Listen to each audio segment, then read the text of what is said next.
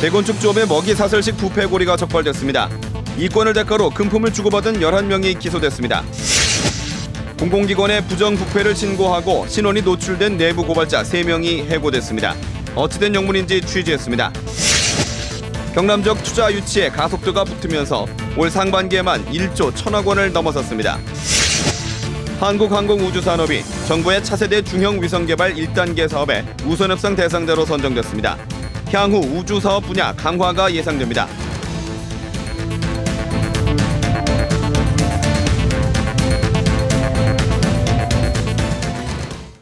안녕하십니까? 이어서 경남 소식입니다. 창원, 부산의 재건축 구역이 여전히 비리의 온상이 되고 있습니다. 이권을 보장해주는 대가로 금품을 주고받는 먹이 사슬식 부패고리가 곳곳에서 드러났습니다. 김준원 기자의 보도입니다. 지하 2층, 지상 29층 규모의 1,400여 가구가 들어설 창원의 한 아파트 재건축 현장입니다. 지난해 11월, 이 공사의 관리감독업체를 선정하는 과정에서 뒷거래가 있었다는 의혹이 제기됐습니다. 검찰 조사 결과 조합장 44살 백모 씨는 공사 관리 감독 업무를 맡은 업체로부터 4천만 원을 받아 챙겼습니다. 이 재건축 지역에서 조합장이 뇌물수수 혐의로 교체된 것은 이번이 두 번째. 뇌물 공여건이 터지면서 상실감도 있을 거고 배신감도 일정 부분 있을 거고 많이 좀 혼돈스러워 하십니다. 일반 보통 조합원들이. 창원의 또 다른 재건축 구역에서는 인허가 편의를 봐주는 대가로 창원시 6급 공무원이 도시정비업체로부터 2천만 원을 받은 혐의로 구속됐습니다. 재건축 과정에서 검찰의 뇌물수수로 적발된 곳은 창원과 부산 지역에서 모두 6곳. 재건축 조합장과 시공사, 공무원과 도시정비업체, 철거업체 등이 먹이 사슬처럼 얽혀 이권을 보장해주는 대가로 돈이 여기저기로 오갔습니다.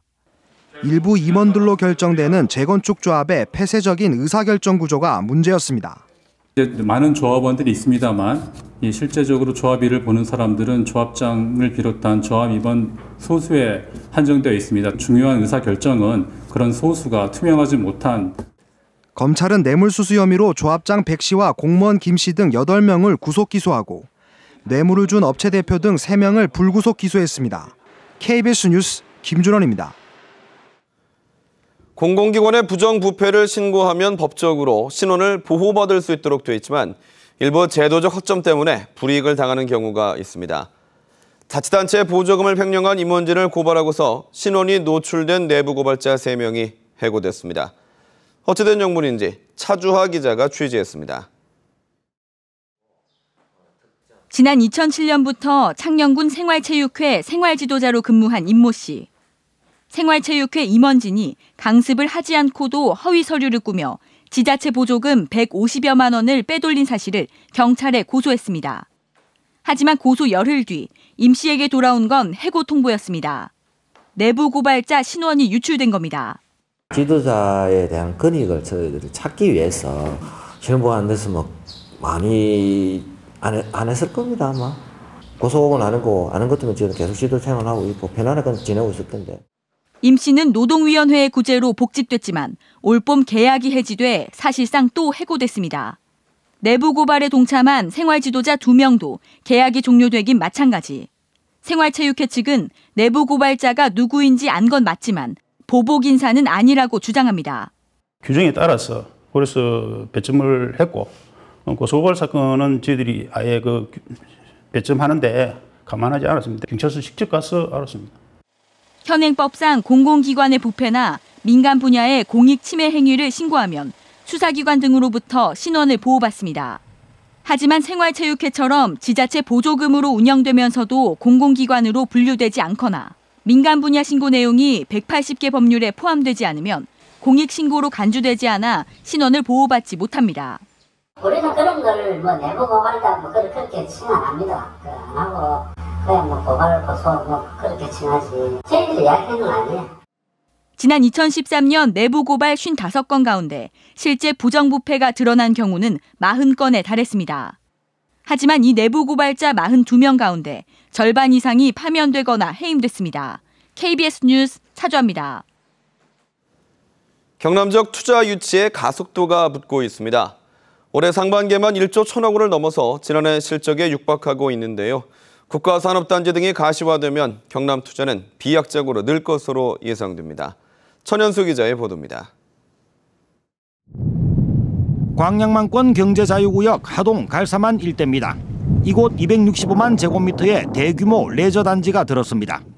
호텔과 수상 레포츠 시설, 27홀 골프장 건설이 내년 시작됩니다. 투자 금액은 5,023억 원. 올해 경남 투자 유치 목표의 3분의 1입니다. 경상남도와 개발업체 측은 투자 협약을 체결했습니다. 하동 같은 경우는 또 중앙에 있기 때문에 인프라를 추구하기가 굉장히 쉽다고 판단해서 하동을 선택하게 된 겁니다. 올해 상반기까지 경남의 투자 유치 금액은 1조 1,300억 원.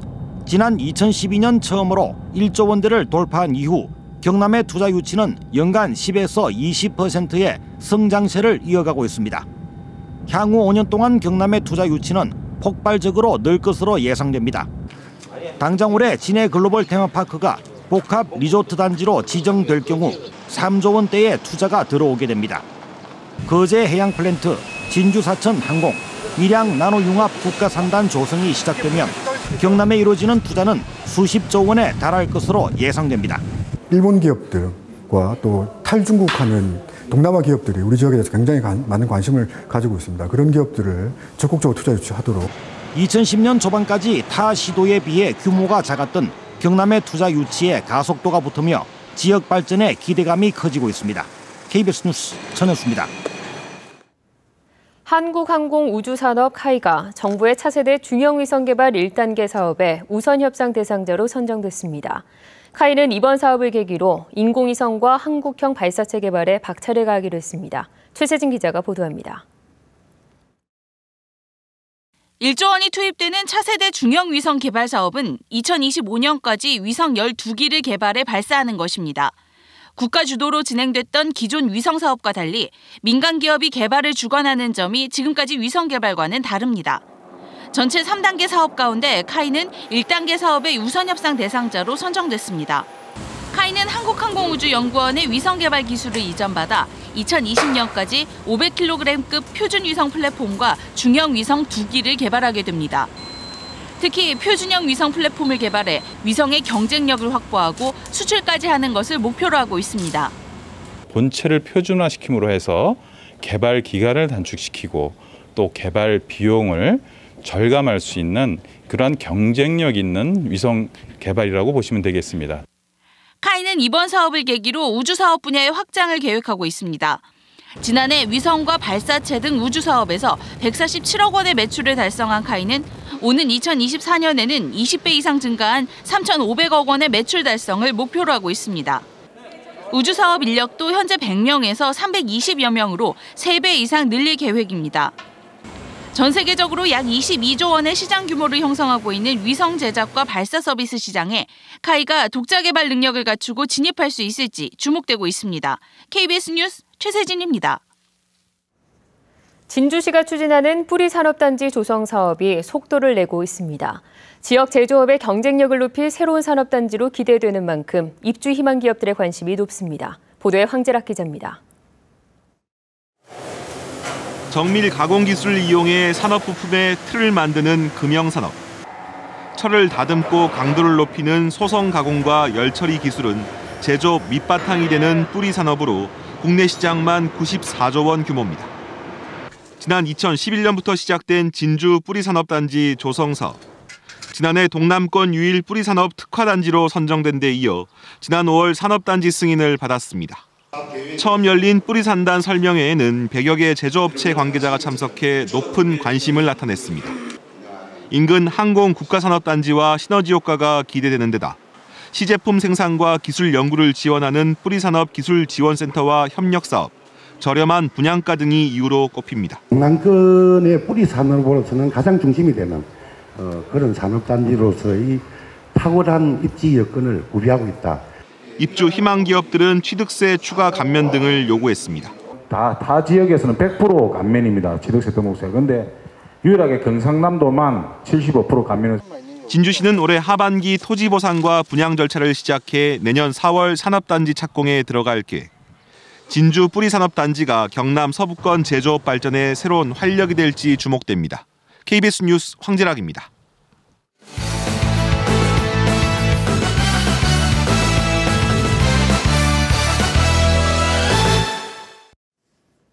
주요 단신입니다. 내일까지 경남 지역에 많은 비가 내릴 것으로 예보되면서 낙동강 보와 하구뚝을 방류합니다. 수자원공사는 오늘 저녁 6시부터 합천 창녕보와 창녕 함안보의 수문을 개방해 초당 최대 970여 톤의 물을 방류한다고 밝혔습니다. 하구뚝 역시 상류 수위를 고려해 초당 1,100여 톤을 방류할 계획입니다. 수자원공사는 수문 방류 시간과 방류량 등은 실시간으로 바뀔 수 있다며 야영객과 어업인의 각별한 주의를 당부했습니다. 낙동강 유역환경청이 낙동강 창녕 함안보 구간에 조류 경보를 발령했습니다. 낙동강 유역환경청은 녹조를 발생시키는 주요 생물인 클로로필 A 농도와 남조류 세포 수가 지난달 29일과 지난 6일 두 차례 연속 기준치를 넘어 조류 경보를 발령했다고 밝혔습니다. 이에 따라 낙동강 창녕 함안보 구간은 지난 2일 출현 알림 단계에서 한 달여 만에 조류 경보로 한 단계 상향됐습니다. 성완종 리스트와 관련한 홍준표 지사의 정치자금법 위반 혐의 첫 공판이 오는 23일에 열립니다. 서울중앙지법은 이 사건을 부패사건 전담합의부에 배당하고 검찰이 홍 지사를 정치자금법 위반 혐의로 기소한 지 3주 만인 오는 23일 오전 11시에 첫 공판을 개최합니다. 홍 지사는 검찰 기소 직후 이번 사건은 자신을 얽어매기 위해 억지로 만든 것이라며 혐의를 적극 부인하고 법정 투쟁으로 진실을 밝혀 실추된 명예를 되찾겠다고 밝힌 바 있습니다. 노무현 전 대통령의 친연 노겸펜 씨가 성완종 전 경남기업 회장의 특별 사면과 무관한데도 검찰의 수사 결과 발표로 명예가 훼손됐다며 국가를 상대로 1억 원의 손해배상 청구 소송을 제기했습니다. 노 씨는 오늘 법무법인 부산을 통해 전자소송으로 창원지방법원에 손해배상 청구 소장을 제출했습니다.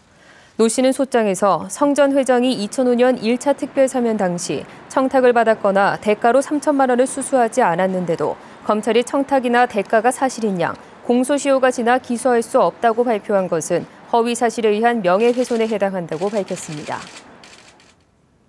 양산에서 밭일을 하다 작은 소참진드기에 물려 중증 열성 혈소판 감소 증후군으로 치료를 받던 77살 김모 씨가 어제 오전 숨졌습니다. 김 씨는 지난달 6일 양산 상북면에서 밭일을 마친 뒤 고열과 오한 증세를 보여 병원에 입원해 검사를 받은 결과 지난달 26일 중증 열성 혈소판 감소 증후군 양성 판정을 받았습니다. 올해 경남에서는 중증 열성 혈소판 감소 증후군 환자가 3명 발생했으며 김 씨는 첫 사망자입니다. 경남 소식이었습니다.